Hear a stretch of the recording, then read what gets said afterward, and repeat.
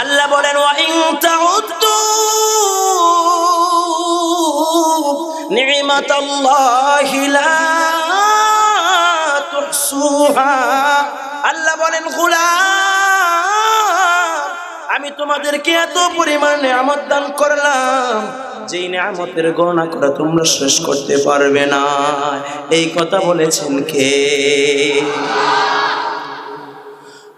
মুহতারাম হাজিরিন, সর্বপ্রথম যে আল্লাহ পাক আমাকে আপনাকে এই দুনিয়ার মধ্যে মানুষ হিসাবে প্রেরণ করেছেন, মানুষ হিসাবে পাঠিয়েছেন, আমাকে আপনাকে ইচ্ছা করলে তো আল্লাহ তাআলা অন্য প্রাণীও বানাইতে পারতেন, পারতেন কি পারতেন না? ইচ্ছা করলে গরু বানাইতে পারতেন, ছাগল বানাইতে পারতেন, হিংস্র প্রাণী বানাইতে পারতেন। যদি আমাকে আপনাকে গরু বানাতেন তাহলে আমার আপনার গলায় রশি থাকতো। কথা বলেন ঠিক কিনা? রশি বাইদা আমাকে আপনাকে টাইনা নিয়ে আসতো। ছাগল হলে ছাগলের গলায় রশি দিয়ে টেনে নিয়ে আসতো। কত জিল্লতির জীবন আমার আপনার ছিল। যদি বনের হিংস্র প্রাণী বানাইতেন তাহলে আমাদের বনে জঙ্গলে থাকতে হতো, আমাদের কোনো ইজ্জত সম্মান কোনো কিছুই থাকতো না। আল্লাহ তাআলা সর্বপ্রথম আমাকে আপনাকে ইনসান করে বানিয়েছেন, বলি আলহামদুলিল্লাহ। আবার ইনসানকে আল্লাহ পাক সকল সৃষ্টিজীবের চাইতে আল্লাহ পাক রব্বুল আলামিন আকাশের নিচে জমিনের উপরে যত সৃষ্টিজীব আছে সব সৃষ্টিজীবের চাইতে আল্লাহ পাক মানুষকে সুন্দর অবয়বে, সুন্দর গঠন প্রণালীতে আল্লাহ পাক সৃষ্টি করেছেন। এই কথা বলেছেন কে? আল্লাহ পাক রব্বুল আলামিন একটা নয়, দুইটা নয়, তিনটা নয়, চারটা বিষয়ের শপথকে আল্লাহ বলেন ওয়াত্তিন ওয়াজ্জাইতুন ওয়াতুরি সিনিন ওয়াহাদাল বালাদিল আমিন লাকাদ খালাকনাল ইনসানা ফি আহসানি তাকওয়িম। আল্লাহ পাক বলেন ওয়াত্তিন, তিনের শপথ, ওয়াজ্জাইতুন, জাইতুনের শপথ, ওয়াতুরি সিনিন, সিনাই পর্বতের শপথ, ওয়াহাদাল বালাদিল আমিন, এই নিরাপত্তা নগরের শপথ, খানায়ে কাবার শপথ। আল্লাহ তাআলা কয়টা কসম খেলেন এখানে? আল্লাহ পাক রব্বুল আলামিন চারটা বিষয়ের শপথ খেয়ে বললেন লাকাদ খালাকনাল ইনসানা ফি আহসানি তাকওয়িম। আল্লাহ পাক বলেন অবশ্যই অবশ্যই আমি মানুষকে অবয়বে সুন্দর গঠনে সৃষ্টি করেছি। আমাকে আপনাকে সুন্দর করে বানিয়েছেন কে? দেখেন আমাকে আপনাকে কত সুন্দর করে বানিয়েছেন। ও বাবা, চন্দ্র সূর্য যত যাহা কিছু আছে সব কিছুর চাইতে আল্লাহ পাক মানুষকে সুন্দর করে বানিয়েছেন। আল্লাহ পাক রব্বুল আলামিন মানুষকে দিয়েছেন চোখ, মানুষকে দিয়েছেন কপাল, মানুষকে দিয়েছেন মাথা, মানুষকে দিয়েছেন কথা বলার শক্তি, মানুষকে দিয়েছেন আকল, মানুষকে দিয়েছেন শ্রবণ শক্তি, মানুষকে দিয়েছেন দৃষ্টি শক্তি। এগুলো দিয়ে এত সুন্দর করে বানিয়েছেন কে? লাকাদ খালাকনাল ইনসানা ফি আহসানি তাকওয়িমের ব্যাখ্যায় তাফসীরে কুরতুবী রাহমাতুল্লাহ আলাইহি একটা ঘটনা বর্ণনা করেছেন। শুনতে রাজি আছেন নাকি? তাফসীরে কুরতুবী রাহমাতুল্লাহ আলাইহি তিনি লাকাদ খালাকনাল ইনসানা ফি আহসানি তাকওয়িমের ব্যাখ্যায় এই ঘটনাটি বর্ণনা করেছেন। ঈসা বিন মুসা হাশিমি, যিনি খলিফা আবু জাফর মানসুরের বিশিষ্ট লোকদের মধ্য থেকে অন্যতম একজন ছিলেন। খলিফা আবু জাফর মানসুর তিনি তার বিশিষ্ট লোকদের মধ্যে থেকে একজন ছিলেন ঈসা বিন মুসা হাশিমি। এই ঈসা বিন মূসা হাশিমি একদিন চন্দ্রিময় রজনীতে বাসার ছাদের মধ্যে বসিয়া স্ত্রীর সাথে খোশ গল্প করতেছে, মজার মজার রসের রসের আলাপ করতেছে। একবার তার নজর ওই সূর্য চন্দ্রের দিকে পড়লো, আর একবার তার স্ত্রীর সৌন্দর্যের দিকে পড়লো। এক পর্যায়ে স্ত্রীকে ভালোবেসে বলে ফেললো, আনতি তালিকুন সালাসান ইল্লাম তাকুনি আহসানুম মিনাল কমার। হে প্রিয়তমা স্ত্রী,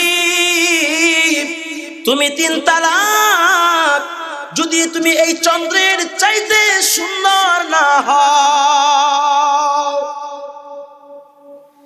স্ত্রী যখন এই কথা শুনলেন, শোনার সঙ্গে সঙ্গে পর্দার মধ্যে চলে গেলেন। স্ত্রী বললেন, ও প্রাণের স্বামী আমার, এতক্ষণ আমি আপনার বৈধ স্ত্রী ছিলাম, এখন আপনি আমাকে তালাক দিয়ে ফেলেছেন, এখন আর আপনার সাথে দেখা সাক্ষাৎ করা আমার জায়েজ নাই। কারণ আমি কখনো এই চন্দ্রের চাইতে সুন্দর হতে পারবো না, কোনো মানুষের পক্ষে সম্ভব না। চন্দ্রের চাইতে সুন্দর হওয়া কোনো মানুষের পক্ষে সম্ভব না। ও আলিমাবাদের মুসলমান, ও বৃদ্ধ বাবা, ও যুবক, খুব গভীর মনোযোগ দিয়ে শোনো। তালাক এমন একটা শব্দ, স্ত্রীর সাথে হাসিতে দেখ, খুশিতে দেখ, আর রাগে দেখ, ঠান্ডা মাথায় দেখ, গরম মাথায় দেখ, যেভাবেই দেখ না কেন, যদি স্ত্রীকে বলে তোকে আমি তালাক দিয়ে ফেললাম, তালাক হইবে কি হইবে না? সাবধান, আমি অন্যদিকে যাব না, মাসলা মাসালের দিকে যাওয়ার সময় নেই, রাত্র অনেক হয়ে গেছে। এগুলা মুফতি সাহেব, আমাদের যে মাদ্রাসার পরিচালক ইসমাইল ভাই, ওনার কিছু মাসলা জিজ্ঞেস করে নিলেন। তালাক শব্দ কখনো স্ত্রীর শানে ব্যবহার করবেন না। কথা বলেন ঠিক কিনা? মেজাজ গরম, বাড়ির সামনে পুষ্কুনি আছে না না, একটা ডুব মারবেন। মেজাজ গরম, পিছনে তেতুলিয়া নদী আছে না নাই, দৌড় দিয়া যায় একদম ডুবাইবেন, ঠান্ডা হয়ে যাবে। কথা কন ঠিক কিনা? মেজাজ গরম, সবচেয়ে ভালো একটা আমল হচ্ছে, গরম হয়ে গেছে আপনার স্ত্রীর সাথে, আপনার মেজাজ খারাপ হয়ে গেছে, সঙ্গে সঙ্গে উজু করে ফেলবেন। কি করবেন? উজু করার সঙ্গে সঙ্গে মেজাজ ঠান্ডা হয়ে যাবে। এটা শুধু স্ত্রীর ক্ষেত্রে না, যে কোনো ক্ষেত্রে, যে কোনো কারণে হইতে পারে কি পারে না মেজাজ খারাপ। উজু করবেন, একটা আমল বলে দিলাম, এগুলি আমাদের পরকালীন জগতের পথে। মেজাজ খারাপ হয়ে গেছে, রাগ হয়ে গেছে কারো আচার আচরণে, কথাবার্তায়, সঙ্গে সঙ্গে কি করবেন? উজু করলে মেজাজ ঠান্ডা হয়ে যাবে। সুবহানাল্লাহ পড়েন। স্ত্রী বলল, আপনি তো আমাকে তালাক দিয়ে ফেলেছেন, কারণ আমার পক্ষে সম্ভব নয় চন্দ্রের চাইতে সুন্দর হওয়া। স্ত্রী পর্দার মধ্যে চলে গেলেন। ঈসা বিন মূসা হাশিমি সারা রাত চিন্তায় অতিবাহিত করলেন, রাত্র যেন তার শেষ হয় না। মানুষ যখন বিপদগ্রস্ত হয় তখন রাত্র যেন সহজে শেষ হয় না, ঠিক কিনা কর? কারো যদি রাত্রে মা বাবা মারা যায়, কোন মৌতা বাড়িতে যদি আপনি যান, মৃত ব্যক্তির বাড়িতে যদি যান রাত্রে বেলায়, মনে হবে যেন রাত্র শেষ হইতে আছে না। কথা বলেন ঠিক কিনা? সারা রাত চিন্তায় অতিবাহিত করলেন ঈসা বিন মূসা হাশিমি। সকাল বেলা পেরেশান অবস্থায় খলিফা আবু জাফরের দরবারে হাজির। খলিফা আমিরুল মুমিনিন ঈসা বিন মূসা হাশিমিকে বললেন, ও ঈসা বিন মূসা হাশিমি, তুমি চিন্তিত কেন, পেরেশান কেন বলো? বলে, ও আমিরুল মুমিনিন, রাত্রিবেলা আমি তো আমার স্ত্রীকে বলেছিলাম, হে প্রিয়তমা স্ত্রী, তুমি যদি চন্দ্রের চাইতে সুন্দর না হও তাহলে তুমি 3 তালাক। আমি তো আমার স্ত্রীকে তালাক দিয়ে ফেলেছি।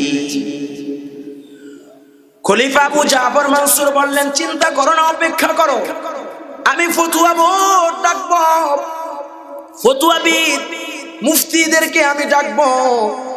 অল্প সময়ের মধ্যে ওই শহরের যত বড় বড় আলেম ছিলেন সকলদেরকে ডাকলেন, সকলের কাছে ফতুয়া তলব করলেন। সকলে এক বাক্যে বলে দিলেন তার স্ত্রী তালাক হয়ে গেছে, কারণ কোনো মানুষের পক্ষে চন্দ্রের চাইতে সুন্দর হওয়া সম্ভব না।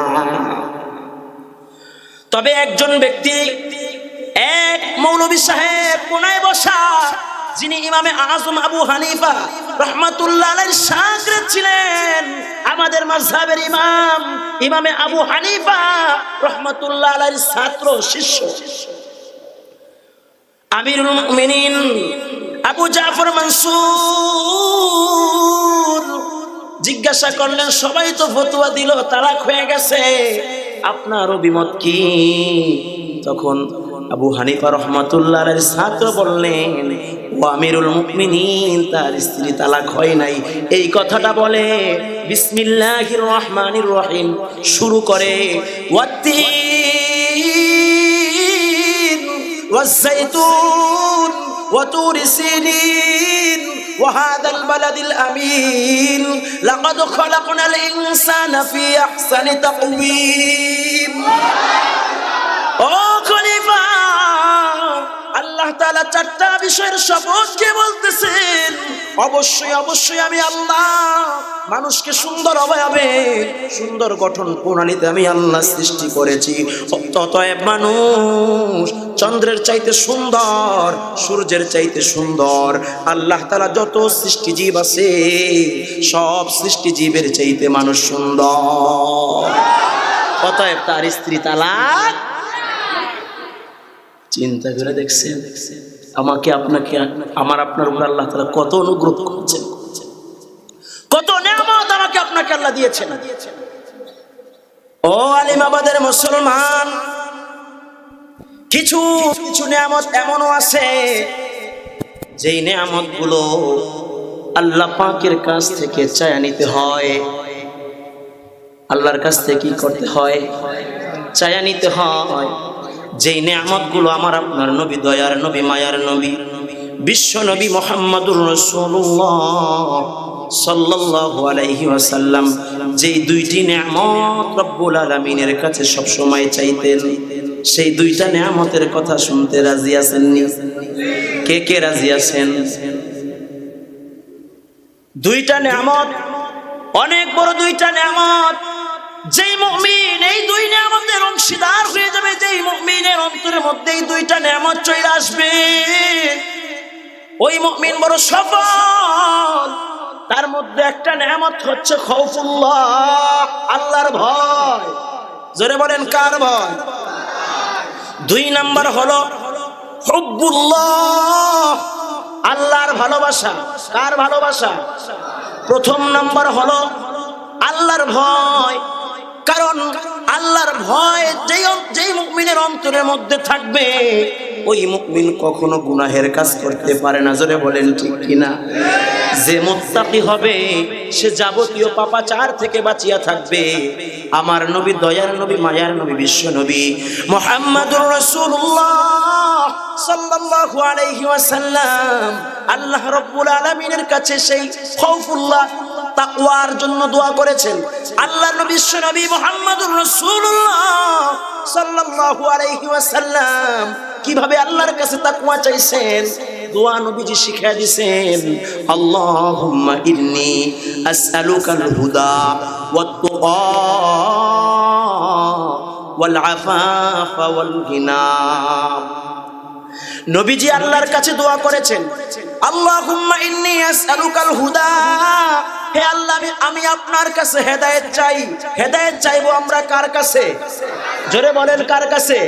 হেদায়েতের মালিক কে? একটু মহব্বতের সাথে ডাক দেওয়া যাবে? হেদায়েতের মালিক কে? হেদায়েত আল্লাহ তাআলা যাকে চান তাকে দেন। পৃথিবীর কোনো মানুষের পক্ষে সম্ভব না হেদায়েত কাউকে দেওয়া। কারো পক্ষে হেদায়েত দেওয়া সম্ভব নাকি? হেদায়েতের চাবিকাঠি কার হাতে? এমনকি কোন নবী রাসূলের কাছেও হেদায়েতের চাবিকাঠি নাই। কথা বলেন ঠিক কিনা? যদি তাই থাকতো তাহলে নবীজির চাচা আবু তালেব বেঈমান হয়ে মরত। নজরে বলেন ঠিক কিনা? তো নবীজি সাল্লাল্লাহু আলাইহি ওয়াসাল্লাম দোয়ার মধ্যে বলেছেন, আল্লাহুম্মা ইন্নী আসআলুকাল হুদা ওয়াত তুকা। হে আল্লাহ, আমি আপনার কাছে হেদায়েত চাই, আমি আপনার কাছে তাকওয়া চাই, আপনার ভয় চাই। ওয়াল আফাফা, আমি আফিয়াত চাই। ওয়াল গিনা, আপনার কাছে অমুখাপেক্ষী চাই। মুহতারাম হাজিরিন, ও আলিমাবাদের মুসলমান, ও বৃদ্ধ বাবা, ও কলিজার টুকরা যুবক, ও পর্দার অন্তরালের মা, যেই নবীর আগের এবং পরের সব গুনাহ মাফ, যেই নবীর মর্যাদা আল্লাহর পরে সকল সৃষ্টিজীবের চাইতে যেই নবীর সম্মান, ওই নবী পর্যন্ত আল্লাহর কাছে তাকওয়ার জন্য দোয়া করেছেন। কথা বলেন ঠিক কিনা? তার মানে এটা অনেক বড় নেয়ামত। কথা বলেন ঠিক কিনা? এই জন্য আল্লাহর কাছে তাকওয়া চাওয়ার দরকার আছে না নাই? একটা নেয়ামত হলো তাকওয়া। এই নেয়ামত আল্লাহর কাছ থেকে চাইয়া নিতে হয়। জোরে বলেন ঠিক কিনা? আর একটা বড় নেয়ামত হচ্ছে আল্লাহর ভালোবাসা। কার ভালোবাসা? বান্দা তাকওয়ার মাধ্যমে গুনার থেকে বাঁচিয়া থাকবে, আর আল্লাহর ভালোবাসার মাধ্যমে ইবাদতের মধ্যে লজ্জাত মজা পাইবে। তাহলে আল্লাহর ভালোবাসা নবী কিসের মাধ্যমে চাইছেন? আল্লাহর নবী বিশ্বনবী মুহাম্মদুর রাসূলুল্লাহ সাল্লাল্লাহু আলাইহি ওয়াসাল্লাম আল্লাহর কাছে ভালোবাসার জন্য দোয়া করেছেন। আল্লাহর রাসূল বিশ্বনবী মুহাম্মদুর রাসূলুল্লাহ সাল্লাল্লাহু আলাইহি ওয়াসাল্লাম কি ভাষার মাধ্যমে আল্লাহর ভালোবাসা চাইছেন? নবী প্রায় সময় দোয়া করতেন, আল্লাহুম্মা ইন্নী আসআলুকা হুব্বাকা ওয়া হুব্বা মান ইউহিব্বুক ওয়া হুব্বা আমালি ইউকাররিবু ইলা হুব্বিক। হে আল্লাহ, আমি আপনার কাছে আপনার ভালোবাসা চাই এবং ওই ব্যক্তির ভালোবাসা চাই যে আপনাকে ভালোবাসে। আয় ও আল্লাহ, এমন আমল চাই, এমন কাজ আপনি আমার দ্বারা করান যা যেই কাজের দ্বারা, যে আমল দ্বারা আপনার ভালোবাসা পাই। ও আলিমাবাদের মুসলমান, বুঝে থাকলে বলুন, এবার বুঝুন আল্লাহর ভালোবাসা কেমন বড় নেয়ামত, যেই নেয়ামত আল্লাহর নবী পর্যন্ত আল্লাহর কাছে চাইছেন। আমরা সবাই মুমিন। কথা বলেন ঠিক কিনা? যারা মুমিন তারা সব চাইতে ভালোবাসবে কাকে? আল্লাহ পাক রব্বুল আলামিন কোরআনুল কারীমের মধ্যে বলেন, ওয়াল্লাযীনা আমানু আশাদ্দু হুব্বান লিল্লাহ। যারা মুমিন তারা একমাত্র সব চাইতে বেশি ভালোবাসবে কাকে? এই যে শীতের মধ্যে সামিয়ানা নিচে নিচে ঠান্ডা, উপরে ঠান্ডা, ডানে ঠান্ডা, বামে ঠান্ডা, এই শীতের মধ্যে এখানে বসে আছেন কার ভালোবাসায়? জোরে বলেন। বিরিয়ানির ভালোবাসায় নাকি? বাসায় কত আরামের বিছানা, কত নরম নরম বালিশ, কত উপরে কত কম্বল, ল্যাপ তোষক, নিচে তোষক, উপরে ল্যাপ গায়ে দিয়ে কত আরামে ঘুমাইতে পারতেন কি পারতেন না? এই সব কিছু পরিত্যাগ করে এখানে যাইসা কোরআনের কথা শুনতেছেন, এটা একমাত্র কার ভালোবাসা? আর যারা মুমিন তাদের দুনিয়ার মধ্যে সব চিজ বস্তুর চাইতে বেশি ভালোবাসা হবে কার? দুনিয়ার মধ্যে এমন বহু বান্দা অতিবাহিত হয়ে গেছে যারা সব কিছু চাইতে একমাত্র আল্লাহকে বেশি ভালোবেসেছেন। কাকে ভালোবেসেছেন? ও আলিমাবাদের মুসলমান, ও পর্দার অন্তরালের মা, ও যুবক ভাই, আমি তোমাদের মাঝে একটা ঘটনা বলতে চাই, যার ব্যাপারে আল্লাহ তাআলা সূরা আত-তাহরিমের 11 নম্বর আয়াতের মধ্যে যার কথা আল্লাহ তাআলা আলোচনা করেছেন। আল্লাহর বহু বান্দা বান্দি এই জমিনের মধ্যে ছিল, যারা সবচাইতে বেশি আল্লাহকে ভালোবেসেছেন, যাদের অন্তরের মধ্যে বেশি ছিল আল্লাহর ভালোবাসা। আল্লাহর যত বান্দা বান্দি অতিবাহিত হয়ে গেছে, তাদের মধ্যে একজন ছিলেন হযরতে আসিয়া। এই আসিয়া, যিনি মিশরের এক সম্ভ্রান্ত ফ্যামিলির মেয়ে ছিলেন, রূপ লাবণ্য ছিল, অপূর্ব সুন্দরী ছিলেন, যার সৌন্দর্যের উপরে মুগ্ধ হয়ে মিশরের বাদশা ফেরাউন তাকে বিবাহ করেছিল। ও আলিমাবাদের মুসলমান, ও পর্দার অন্তরালের মা, আপনিও একজন নারী, আপনার মতো একজন নারীর আপনাদেরকে গল্প শুনাইতেছি, যেই বান্দির মধ্যে আল্লাহর প্রেম ভালোবাসা কেমন ছিল গো মা, খুব গভীর মনোযোগ দিয়ে শুনবেন। এই ফিরাউনের স্ত্রী হযরতে আসিয়া, যে ফিরাউন ছিল রাজা, সে ছিল রানী। দুনিয়ার কোনো ভোগ বিলাসিতা, দুনিয়ার মধ্যে আনন্দ ফুর্তি, তার কোনো কিছুরই অভাব ছিল না। ছিল না কি বলেন? শ্বাস প্রশ্বাস, রাজ সিংহাসনে তার বসবাস ছিল। যখন আসিয়া শুনতে পেলেন আল্লাহর একজন বান্দা, আল্লাহ পাক দুনিয়ার মধ্যে নবী করে পাঠাইছেন, হযরতে মূসা পয়গম্বরকে আল্লাহ তাআলা তাওহীদ এবং রিসালাত নিয়ে পাঠিয়েছেন।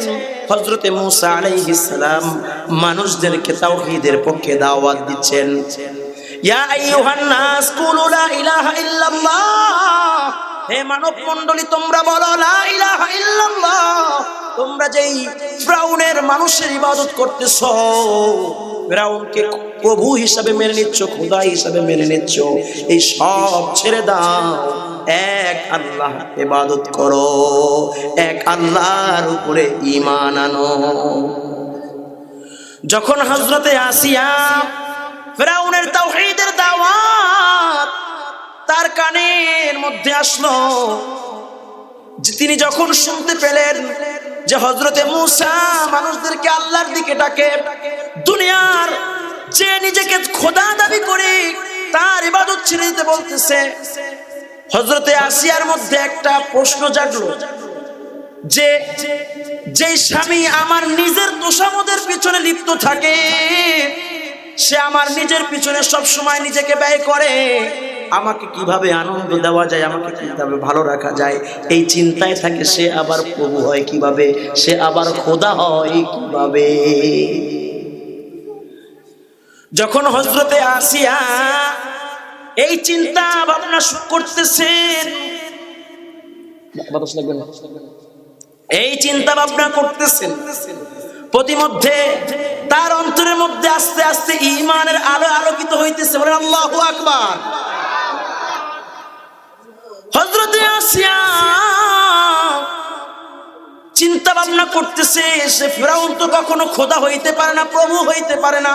প্রভু তো তিনি, যিনি আমাদের জীবন সৃষ্টি করেছেন, যিনি আমাদের মরণ সৃষ্টি করেছেন, যিনি আমাদের খাওয়ান লালন পালন করেন, তিনি হলেন আমাদের প্রভু। জোরে বলেন ঠিক কিনা? আমাদের জীবন সৃষ্টি করেছেন কে? মরণ সৃষ্টি করেছেন কে? আমাদেরকে এক সময় কালা চুল আমাদের থাকে, সেখান থেকে সাদা হয়ে যায়, এক সময় শরীরে কত শক্তি থাকে, সেখান থেকে আবার আস্তে আস্তে আমরা দুর্বল হয়ে যাই। এগুলো করেন কে? আল্লাহ বলেন আল্লাযী খলাকাল মাউতা ওয়াল হায়াতা লিয়াবলুয়াকুম আইয়ুকুম আহসানু আমালা। আল্লাহ বলেন গোলাম, আমি তোমাদের মরণ সৃষ্টি করলাম, আমি তোমাদের জীবন সৃষ্টি করলাম, লিয়াবলুয়াকুম, যাতে করে তোমাদেরকে আমি পরীক্ষা নিব। লিয়াবলুয়াকুম আইয়ুকুম আহসানু আমালা, তোমাদের মধ্যে কে উত্তম আমল করে তোমাদের এই উত্তম আমলের জন্য আমি আল্লাহ তোমাদের মরণ সৃষ্টি করেছি, জীবন সৃষ্টি করেছি। ও আলী বাবাদের মুসলমান, এই পৃথিবীতে আমি ছায় আসতে পারি নাই, পারছি নাকি বলেন? জোরে বলেন, পারছি নাকি? আমাদেরকে এনেছেন কে? আমাদের জীবন দিয়েছেন কে? আমাদের মরণ দিবেন কে? সব কিছু কার ইচ্ছায়। অতএব মাঝখানের যেই সময়টুকু আছে, এই সময়টুকু আমাদের আল্লাহর ইচ্ছায় ব্যয় করতে হবে। জোরে বলেন ঠিক কিনা? এই সময়টুকু, জীবন মৃত্যুর মাঝখানে যেই সময়টুকু রয়েছে, যেই জীবনটুকু আমাদের রয়েছে, এই জীবনটুকুর মধ্যে ইবাদত বন্দেগী করতে হবে কার? হযরতে আসিয়া মনে মনে চিন্তা করতেছে, সে তো কখনো খোদা হতে পারে না, সে তো কখনো প্রভু হতে পারে না। মুসা যেই রবের কথা কয়, ওই রবই সত্য রব। আসিয়া গোপনে গোপনে ঈমান এনে ফেললেন। ঈমান আনার পর মুসাকে জানিয়ে দিলেন, মুসা, আমি তোমার রবের উপরে ঈমান এনে ফেলছি। বলি আল্লাহু আকবার।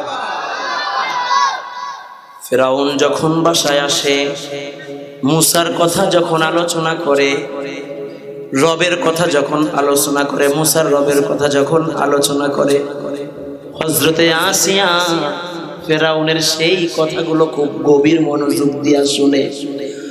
আল্লাহর কথা যখন আলোচনা করে, হযরতে আসিয়ার অঙ্গ প্রত্যঙ্গগুলো যেন অন্য রকমের ভাব তৈরি হয়ে যায়। আল্লাহু আকবার।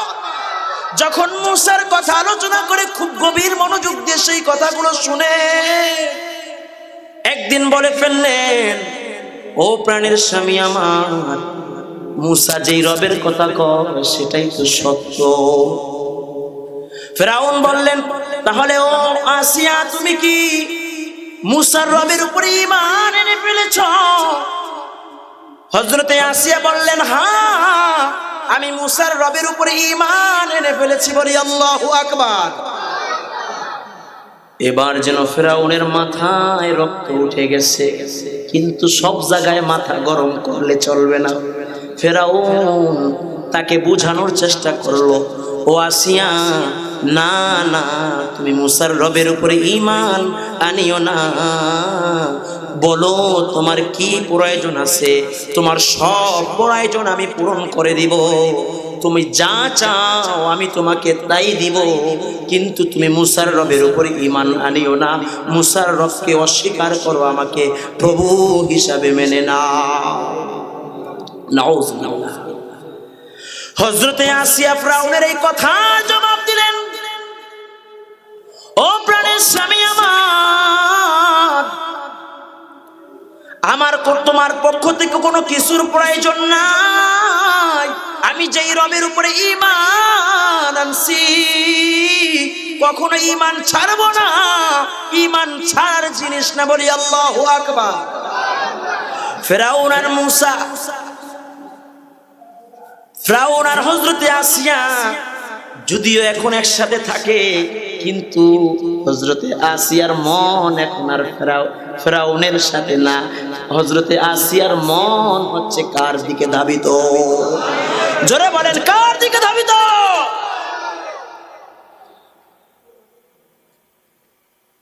কিন্তু অনেক বুঝায় ফিরআউন, কারণ কোনো কথা হযরতে আসিয়া শুনতেছেন না। একদিন হঠাৎ করে ফিরআউন বাসায় আসিয়া আসিয়াকে অনেক ভালোবাসা দেওয়া শুরু করে দিল। হযরতে আসিয়া বলে, আজকে আমার জন্য সুবর্ণ সুযোগ ঈমানের দাওয়াত দেওয়া। বলে, স্বামী আমার, আপনি তো আমাকে অনেক ভালোবাসেন। বলে, হ্যাঁ, তোমাকে আমি অনেক ভালোবাসি। বলে, তাহলে আমার কথা আপনি শুনেন না কেন? বলে, কি বলবা বলো। বলে, আমি তো রবের উপর ঈমান আনছি, আপনিও ঈমান আনেন। আল্লাহু আকবার। ফিরআউন তার মনটা মোমের মতো গলে গেল। ফিরআউন বলে, ঠিক আছে, আমি এখনই মুসার কাছে যাই, মুসার রবের উপরে ঈমান আনবো। আল্লাহু আকবার। মুসার কাছে হযরতে মূসা পয়গম্বরের কাছে রওনা করলেন, যাবেন। প্রতিমধ্যে হামানের সাথে সাক্ষাৎ। হামান জিজ্ঞেস করতেছো, ফিরআউন কোথায় যাও? ফিরআউন বলতেছে, মূসার রবের কাছে যাই। কয় কেন? কয় ঈমান আনবার জন্য। বলে তওবা তওবা। হামান কয় আমরাই তো তোমাকে খোদা মানি, আর তুমি একজন ইহুদি গোলামের রবের উপরে ঈমান আনবা, এটা তো তোমার প্রেস্টিজের ব্যাপার, এটা তোমার প্রেস্টিজের ব্যাপার। যখন আজে বাজে কথা হামান বলে দিল, মূসার ব্যাপারে যখন হামান আজে বাজে কথা বলে দিল, তখন ফিরআউনের অন্তরের মধ্যে অহংকার চলে আসছে। কি চলে আসছে? ঠিকই তো বলেছে, আমি তো আমাকেই তো খোদা মানে, আমি এই মিশরের প্রধানমন্ত্রী, মিশরের রাজা, মিশরের বাদশাহ, আমি মূসার রবের উপর ঈমান আনবো, এটা হতে পারে না। বাসায় চলে আসছে, আয়েশা বলতেছে, না আমি ঈমান আনবো না, বরঞ্চ তোমার এখন ঈমান ছাড়তে হবে। যদি তুমি ঈমান না ছাড়ো, অনেক নির্যাতন, অনেক দুঃখ যাতনা তোমার ভোগ করতে হবে, এই রাজপ্রাসাদ থেকে তোমাকে বের করে দেওয়া হবে।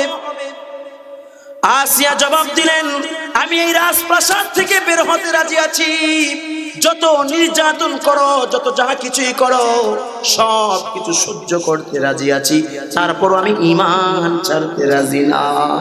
আল্লাহু আকবার। ফিরআউন মেজাজ খারাপ করে প্রচন্ড পরিমাণে রাজপ্রাসাদের মধ্যে হযরতে আসিয়াকে প্রহার করলেন।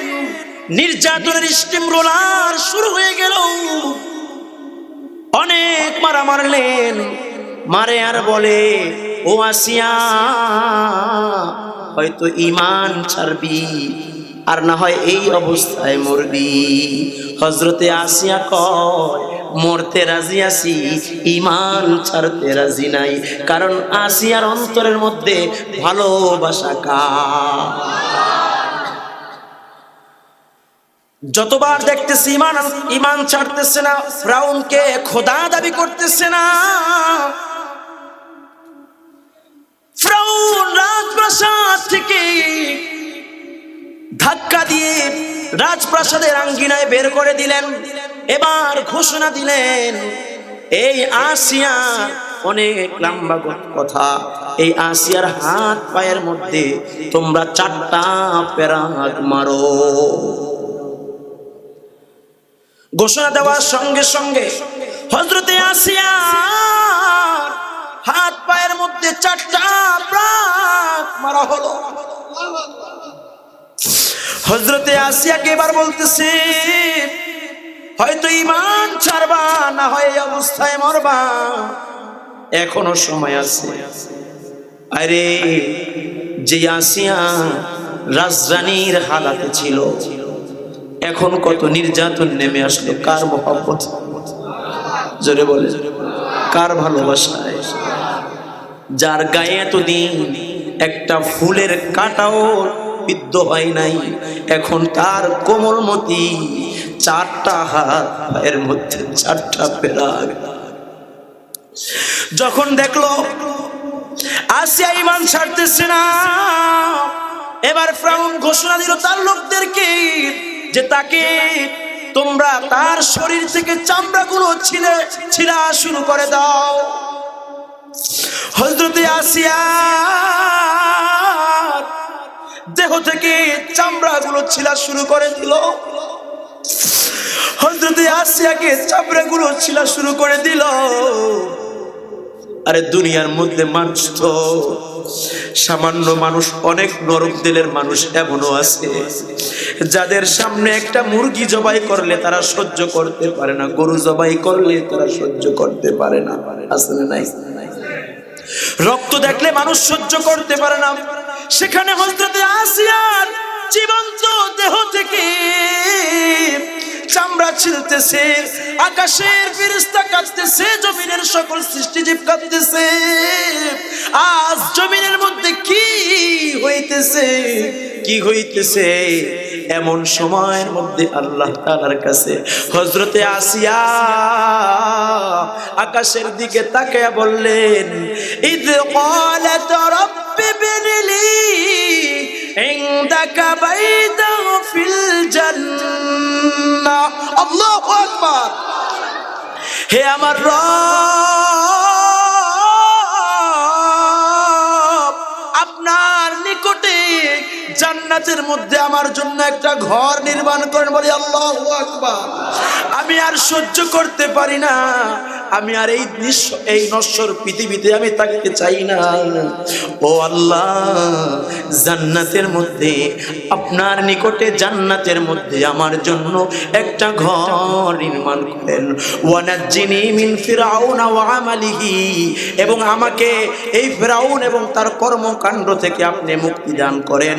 ওয়ানাজ্জিনি মিনাল কওমিজ যালিমিন, আমাকে জালেম সম্প্রদায় থেকে আপনি আমাকে মুক্তি দেন।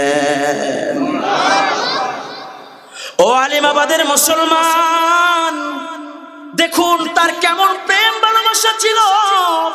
আগে জান্নাতের কথা বলেন নাই, আগে বলেছেন কার কথা?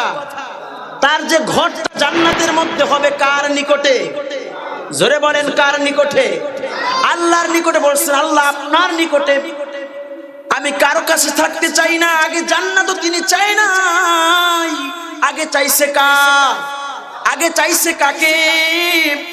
ও পর্দার অন্তরালের মা, আপনার বাবা মুসলমান, আপনার স্বামী মুসলমান, আপনার সন্তান মুসলমান, একজন ইহুদির ঘরে, একজন কাফেরের ঘরে থাইকা যদি হযরতে আসিয়া ঈমানকে রক্ষা করতে পারে, আপনি মুসলমান হইয়া আপনার স্বামী মুমিন, আপনার বাবা মুমিন, মা মুমিন, সন্তান মুমিন হওয়া সত্ত্বেও আপনি কেন ঈমানি হালতে পর্দা পুশিদায় নামাজের সাথে কেন আপনি থাকতে পারবেন না গো মা?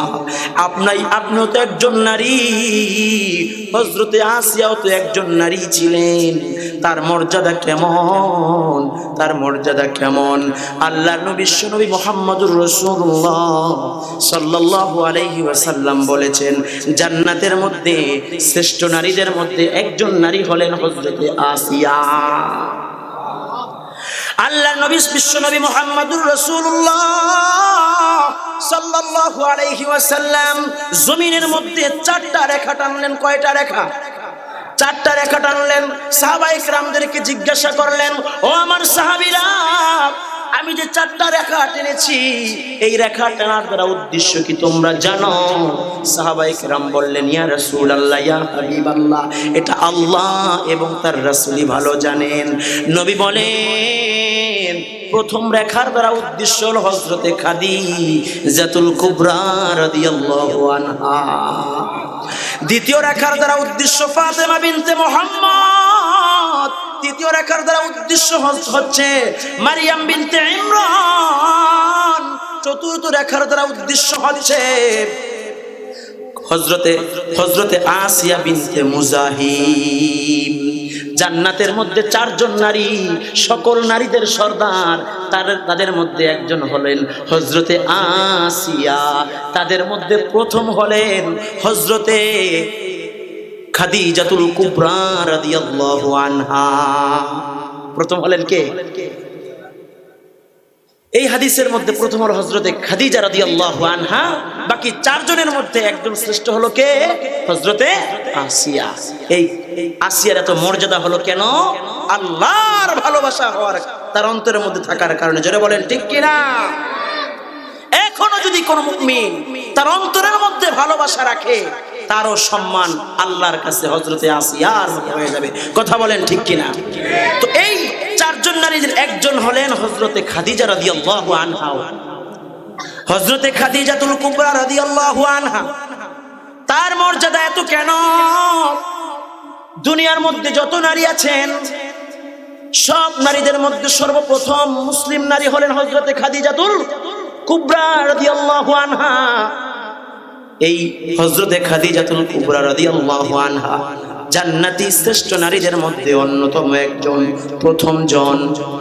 এত মর্যাদা হযরতে খাদিজাতুল কুবরা রাদিয়াল্লাহু আনহার হলো কেন? হযরতে খাদিজাতুল কুবরা রাদিয়াল্লাহু আনহাকে নবীজি সাল্লাল্লাহু আলাইহি ওয়াসাল্লাম যখন বিবাহ করেন, তখন হযরতে খাদিজাতুল কুবরা রাদিয়াল্লাহু আনহা আরবের মধ্যে সবচাইতে ধনবতী একজন নারী ছিলেন। এমন সময় বিবাহ করেছেন, এক বর্ণনায় আসছে হযরতে খাদিজাতুল কুবরা রাদিয়াল্লাহু আনহা 40 মণ স্বর্ণ ছিল যখন নবীজি হযরতে খাদিজাতুল কুবরা রাদিয়াল্লাহু আনহাকে বিবাহ করে। কত মণ স্বর্ণ? বাংলাদেশে সব মিলে হইবে 40 মণ। বর্তমানে স্বর্ণের দাম কত? 2 লাখের উপরে নাকি?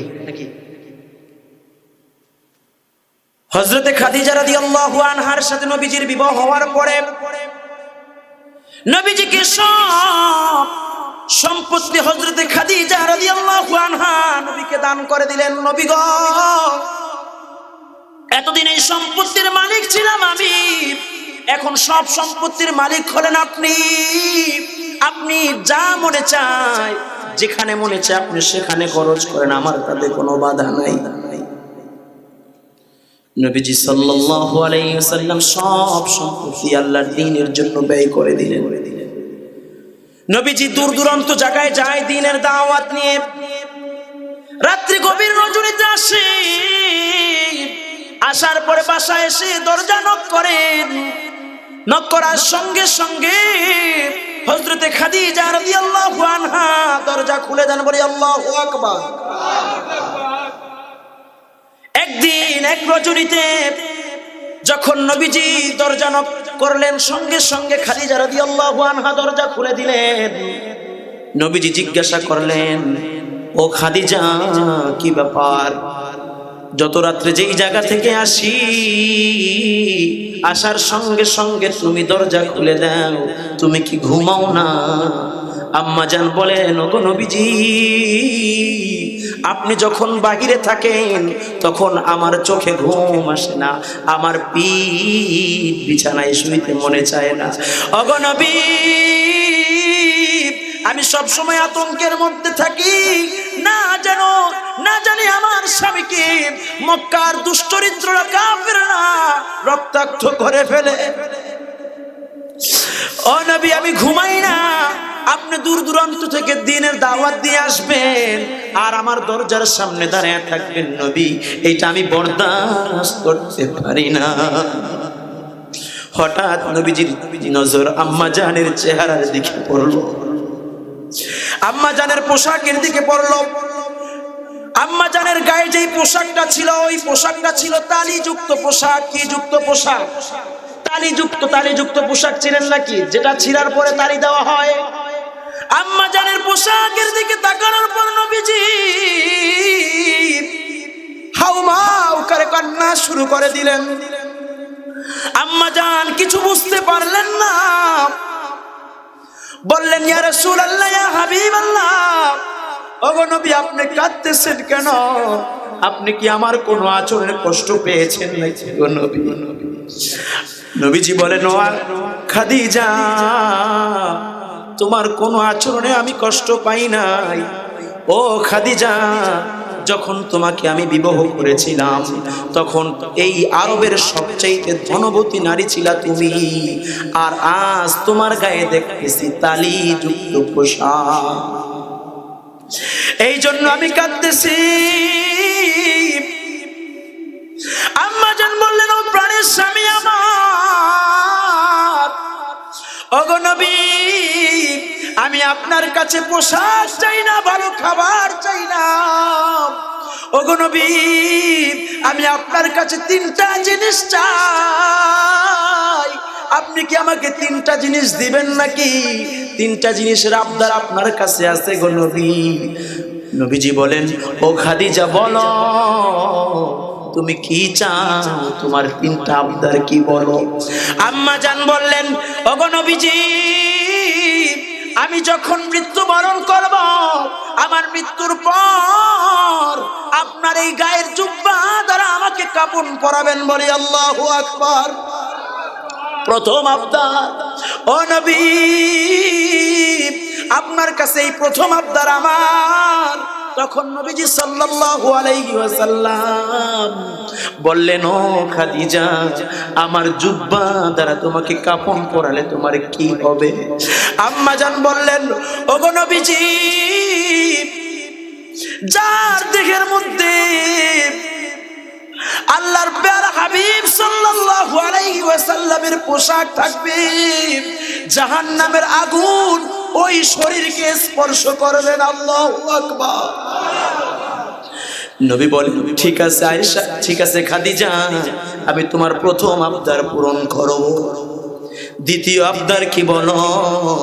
আম্মা জান বললেন, গো নবীজি, আমার মৃত্যুর পর, ওগো নবীজি, মৃত্যুর পরে আপনার হাত রাখবেন, আমাকে কবরে রাখবেন, এবং কবরে রাখার পর আপনি কবরের আশেপাশে হাঁটাহাঁটি করবেন। ও নবী, এটা হলো আমার দ্বিতীয় আবদার। নবীজি বললেন, ও খাদিজা, কেন? এটা করলে তোমার কি লাভ হবে? আম্মা জান বললেন, ওগো নবী, আমি আপনার মুখে শুনেছি কবর আযাব বড় কঠিন। ওগো নবী, কবরের আযাব বড় শক্ত। কবরের মধ্যে এমন ভাবে আযাব দেওয়া হবে, কবরের মাটি, যার দুনিয়ার মধ্যে আমল খারাপ হবে তাকে কবরের মাটি এমন চাপ দিবে, ডান পাজরের হাড্ডি বাম পাজরের মধ্যে ঢুকে যাবে, বাম পাজরের হাড্ডি ডান পাজরের মধ্যে ঢুকে যাবে। ও নবী, আপনি যদি কবরের আশেপাশে হাঁটাহাঁটি করেন, কবরের মাটির শক্তি নাই আমাকে চাপ দেওয়া। নবী বললেন, ঠিক আছে খাদিজা, 3 নাম্বার আবদার কি? আম্মা জান বললেন, ওগো নবী, আমাকে যখন আপনি কবরে রাখবেন, সঙ্গে সঙ্গে আপনি কবরে রাখার পরে চলে আসবেন না, কিছু সময় আপনি কবরের পাশে দাঁড়াবেন। নবী বললেন, ও খাদিজা, তোমার কবরের পাশে দাঁড়ালে আমার কি লাভ হবে?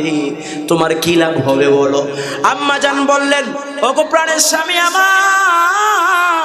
আমার কবরের পাশে যদি আপনি দাঁড়ায় থাকেন, কবরে রাখার পরে মানুষদেরকে, মুসলমানকে যখন কবরে রাখা হয়, মুনকার নাকির প্রশ্ন করবে, মান রব্বুকা ওয়া মান দীনুকা ওয়া মান নাবিয়্যুক, তোমার প্রভুকে, তোমার নবীকে, তোমার ধর্ম কি, যখন এই প্রশ্ন করবে, নবী যদি, আপনি যদি দাঁড়ায় থাকেন, ওই কবরের প্রশ্নের জবাবগুলো দিতে আমার সহজ হবে। নবী বললেন, ঠিক আছে, আমি তোমার 3টা আবদারই পূরণ করব। কিছুদিন পর আম্মা জানের ইন্তেকাল হয়ে গেল। আম্মা জানের ইন্তেকালের পর যেই 3টা আবদার করেছেন, নবীজি 3টাই পূরণ করলেন। আম্মা জানকে যখন কবরে রাখা হলো, কবরে রাখার পর সাধারণত আমরা মৃত ব্যক্তিকে কিবলার দিকে ফিরে রাখি, কথা বলেন ঠিক কিনা? সাধারণত আমরা মৃত ব্যক্তিকে কবরে নাই, কিবলার দিকে ফিরে রাখি। তখন কিন্তু আম্মা জান হযরত খাদিজাতুল কুবরা রাদিয়াল্লাহু আনহা মাথা কিবলার দিকে ফিরে না,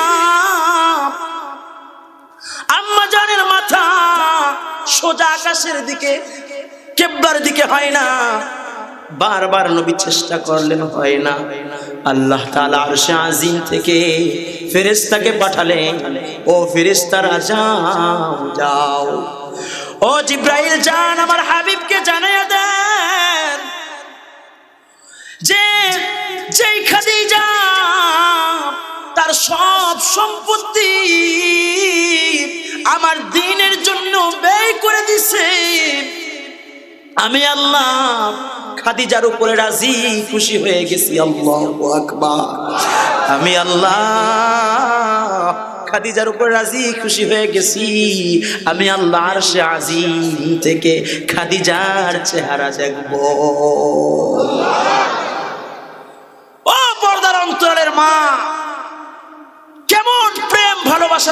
হযরতে খাদিজার নবীজির প্রতি, দ্বীনের প্রতি, ইসলামের প্রতি, আল্লাহর প্রতি